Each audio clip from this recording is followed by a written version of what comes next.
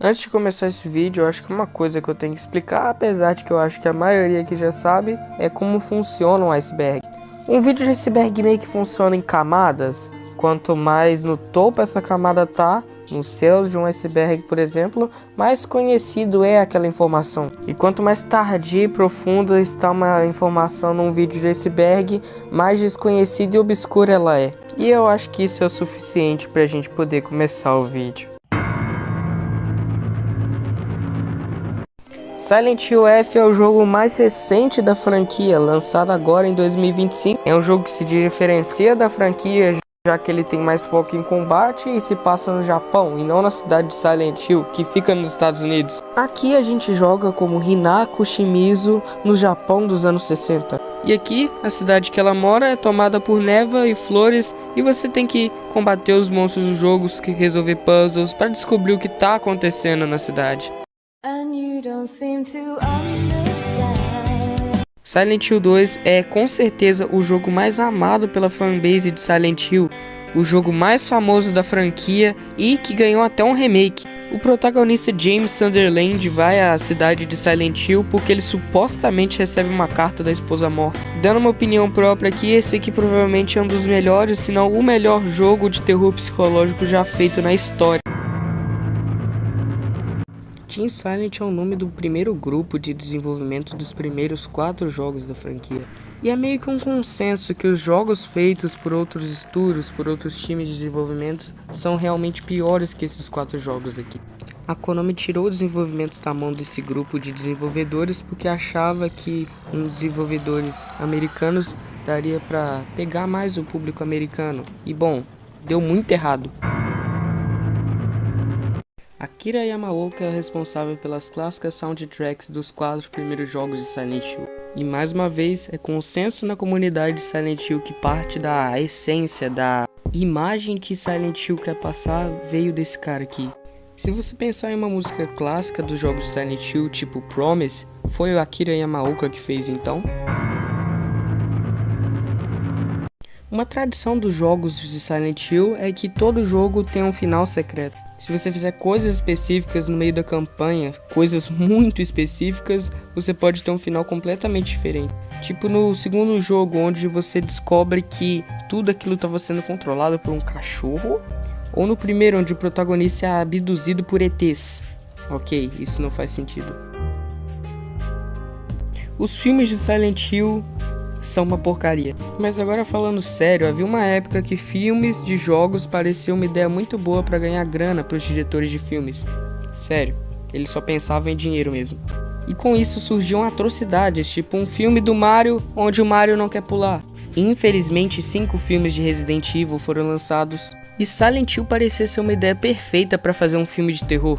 E meio que eles não conseguiram. Olha, o primeiro filme é até legalzinho, muita gente acha esse filme muito maneiro, apesar de que quando você olha a fundo a história, ela se perde muito do que é o jogo original. Agora o segundo filme, ele é indefensável em todos os aspectos, mas eu não vou perder meu tempo reclamando dessa merda pela terceira vez, até porque eu já fiz isso. Se quiser, vê meu vídeo aí. O Pyramid Head ou Pyramid Head, se você for muito chato, é o monstro mais famoso da franquia de Silent Hill e também considerado o mais assustador da franquia. Esse monstro aparece no segundo jogo pela primeira vez e deveria ser a única vez, e ele é a personificação dos traumas da mente do James, o protagonista do segundo jogo, e é por isso que inclusive esse monstro é meio polêmico, já que ele não deveria aparecer em outras obras, já que esse monstro só deveria aparecer para o James, protagonista do segundo jogo. Mas como muita gente já sabe, a Konami é uma empresa que gosta muito de dinheiro e quis reaproveitar esse monstro em cada jogo que fosse possível fazer isso. Às vezes me impressiona como a franquia de Silent Hill não morreu nas mãos da Konami, sério. E agora, sem mais delongas, um espacinho especial só pra falar o quão merda é a Konami, se é que eu já não falei isso em outras entradas desse iceberg. Ok, onde eu posso começar? Como eu já havia falado antes, a Konami meio que tirou a produção do Silent Hill do Team Silent. E por isso, depois de Silent Hill 4, a Konami saiu lançando um monte de jogo lixo que ninguém se importa. Com as debatíveis exceções de Shattered Memories, talvez o Origins, a Konami quase que transformava Silent Hill, uma franquia de terror psicológico, em um hack and slash. A franquia parecia uma série de terror americana barata. Os personagens eram muito ruins e, sério, não valia nem a pena tentar você sentir alguma empatia por esses personagens.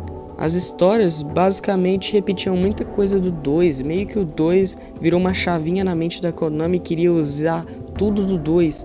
Tanto é que quem recebeu remake primeiro? Qual jogo recebeu remake primeiro?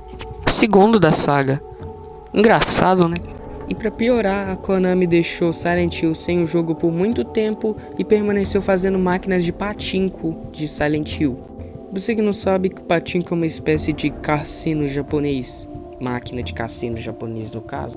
E isso não é só pra Silent Hill, meio que a Konami destruiu Metal Gear Solid, chutando o Kojima, que é o principal criador da série.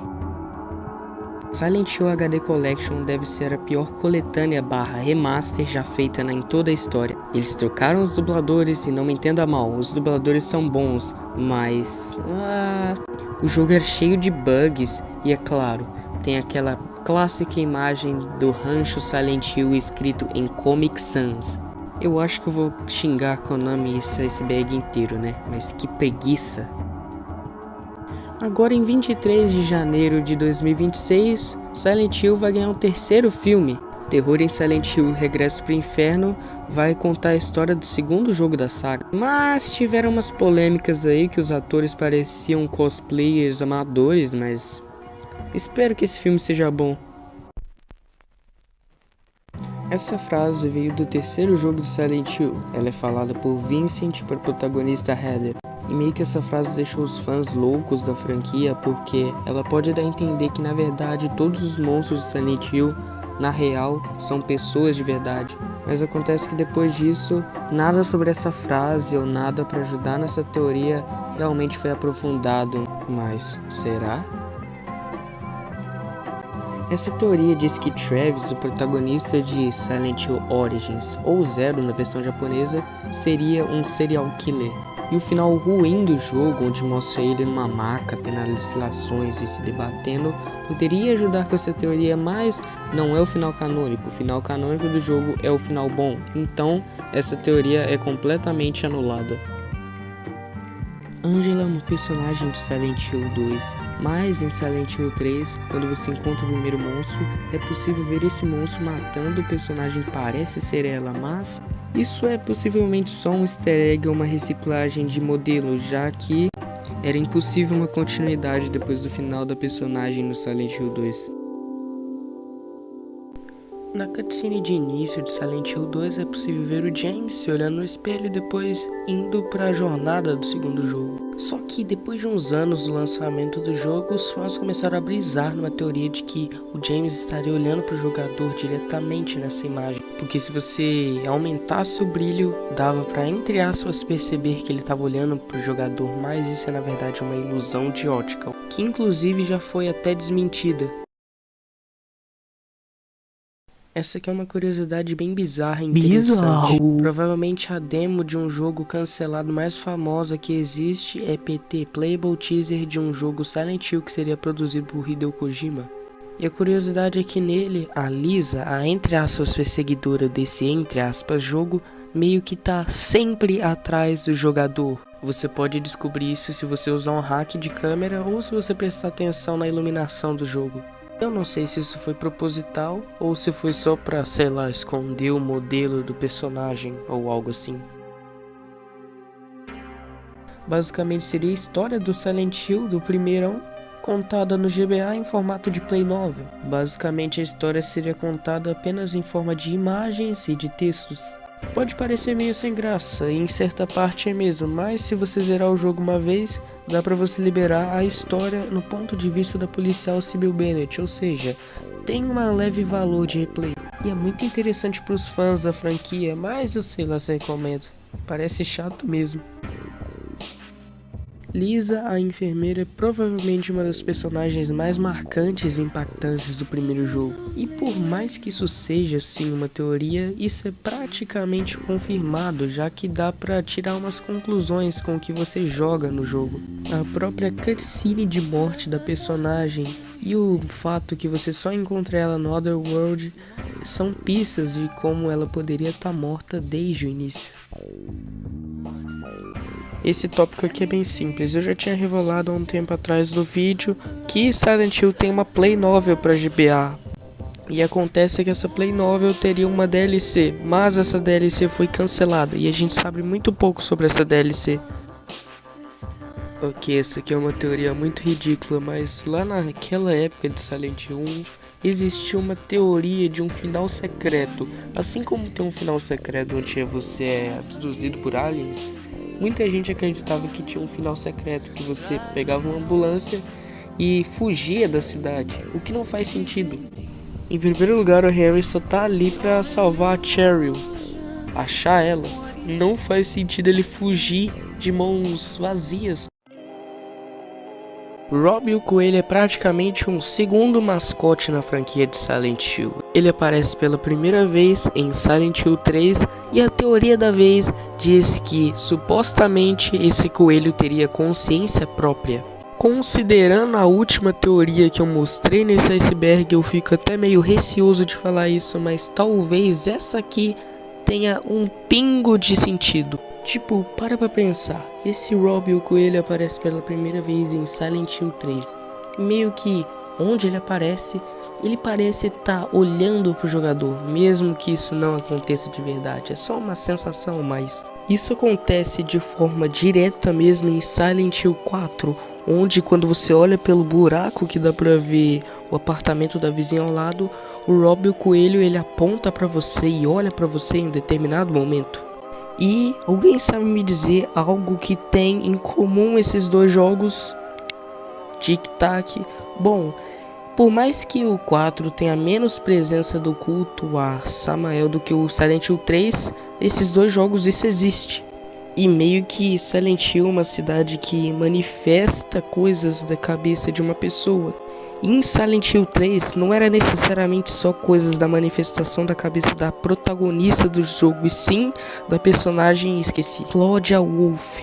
O que impediria esse coelho de ser tipo uma manifestação desse culto aí? E esse coelho poderia passar uma mensagem de vigilância. Como eu já falei no Silent Hill, apesar de não ser direto, ele parece estar olhando pro jogador, é meio bizarro. E no Silent Hill 4 é direto, ele olha e aponta pro jogador. E provavelmente o que tá certo e é muito chato é que ele provavelmente é só um elemento de cenário feito pra ser assustador. Que seria chato, mas provavelmente é. Ok, essa teoria aqui é muito nada a ver. Meio que o Pyramid Head tenta matar o James a todo momento. O único argumento para ela fazer sentido é que os dois Pyramid Heads naquela batalha mais pro final do jogo se matam. Mas isso não faz muito sentido. Eles só se mataram porque o James concluiu o objetivo dele e meio que eles lutaram com ele a batalha inteira. Não era mais fácil eles terem se matado no início da batalha, e se o James não tivesse conseguido seu objetivo, eles não dariam um tapinha nas costas, cumprimentariam, eles só o matariam, porque essa teoria é uma bosta. No segundo jogo da franquia, nos apartamentos de Blue Creek, tem um apartamento, o 209, que quando você entra nele, você encontra uns sussurros bem estranhos. E aparentemente esse sussurro significa: veja minha esposa morta, venha até minha casa lavar roupa para escapar. E se você já jogou ou entende pelo menos 5, 2, 1% da história de Silent Hill 2, não é muito difícil de interpretar que isso aqui é uma manifestação da mente do James, dos atos do James, por causa que na trama principal o James, tá bom, não vou dar spoiler, eu não sou tão merda assim. Mas se tu não zerou nem o jogo mais famoso da franquia, meio que... O que você tá fazendo aqui? Chegando agora no ponto mais fundo desse iceberg, quem diria que Silent Hill, um jogo de terror bem assustador, teria uma música remixada em um jogo infantil, Frogger. Só vou deixar aí pra vocês escutarem.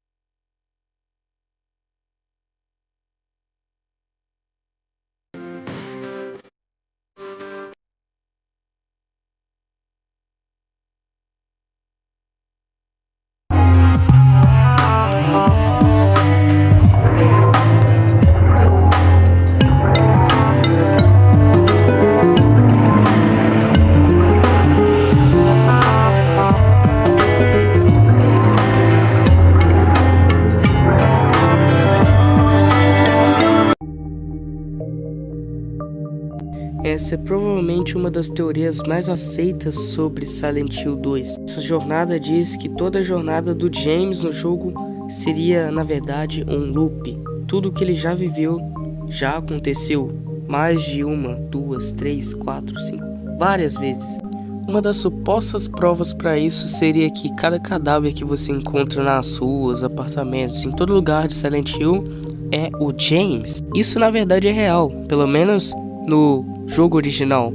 Se você usar um hack de câmera dá pra ver que é o rosto do James, o que pode ser só um modelo reaproveitado, mas tem outro motivo que eu falo depois. Essa teoria também diz que as anotações seriam anotações de experiências passadas do James nesse looping.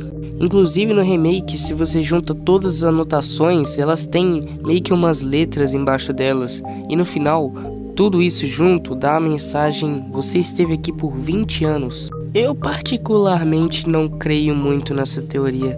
Pra mim, o corpo do James que você encontra várias vezes durante o jogo, pra mim aquilo é só coisa da cidade de Silent Hill baseado na mente do James. Sabe, outro elemento visual meio filosófico, metafórico que Silent Hill sempre faz. E a mensagem na anotação basicamente é uma mensagem para os fãs, já que tem 2 décadas que o jogo original, no caso teve quando o remake lançou, teve 2 décadas que o jogo original tinha lançado. Então é só uma mensagem para os fãs que quiseram juntar todas as anotações, é isso.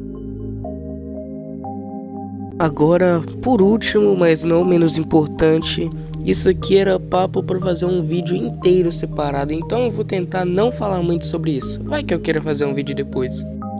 E se eu fizer, esteja inscrito para ver, né? Claro. Bom, infelizmente a gente sabe, até eu falei no início do vídeo, que depois de um tempo a Konami vendeu a ideia de Silent Hill para empresas americanas fazerem os jogos. No caso, não é que a Konami vendeu Silent Hill para empresas americanas, ela só deu para estúdios desenvolverem, e esses estúdios eram americanos, só para me explicar bem. Infelizmente com isso saiu muita merda. Uma dessas merdas era Silent Hill Homecoming, que é até hoje provavelmente o pior jogo de Silent Hill, dos principais da saga, claro. Só que em alguma época, em algum momento do tempo, essa questionável ideia Silent Hill Homecoming era Silent Hill 5. Mas não se sabe tanta coisa sobre esse possível Silent Hill 5. Com entrevista de ex-membros, ex-pessoas que trabalharam na franquia Silent Hill, dava para ter uma noção do que seria a ideia de Silent Hill 5. Seria basicamente um morador da cidade de Silent Hill, um morador normal, num dia ensolarado a Silent Hill, e não um dia cheio de névoa como é em todos os jogos, ou quase todos, e a cidade lentamente iria se deteriorando com o passar do jogo. E ali em algum momento de 2007 a gente teve um mini teaser sobre Silent Hill 5, onde a gente só teria a possível logo do que seria esse Silent Hill 5. Mas não se desanime, porque a gente tem ideias conceituais do jogo e alguns modelos do que poderiam ser inventário, tela de pause e main menu. Esqueci. Caralho, menu, tela principal, tela de título. Isso aí. Bom, esse aqui é um vídeo que já existia antes no meu canal, mas eu não gostava muito dele. Eu não gostei muito de como ele saiu e eu decidi dar uma mexida aqui nele. E eu decidi que eu vou fazer um momento bônus aqui com algumas curiosidades que eu acho legal, que eu achei legal adicionar. Bom, uma da primeira coisa que eu queria falar, de duas, é sobre o mangá de Silent Hill F. Eu sabia que tinha, sei lá, quadrinhos ou coisas parecidas de Silent Hill. Eu não sou tão fã assim pra saber disso, apesar de eu ser muito fã.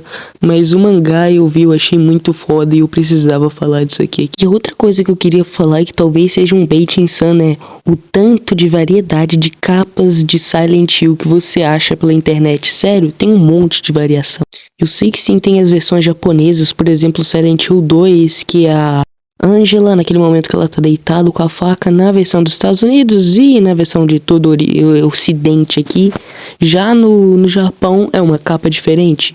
E tem várias, algumas até que são muito bonitas, mas eu não sei até que ponto isso é fan-made ou só oficial.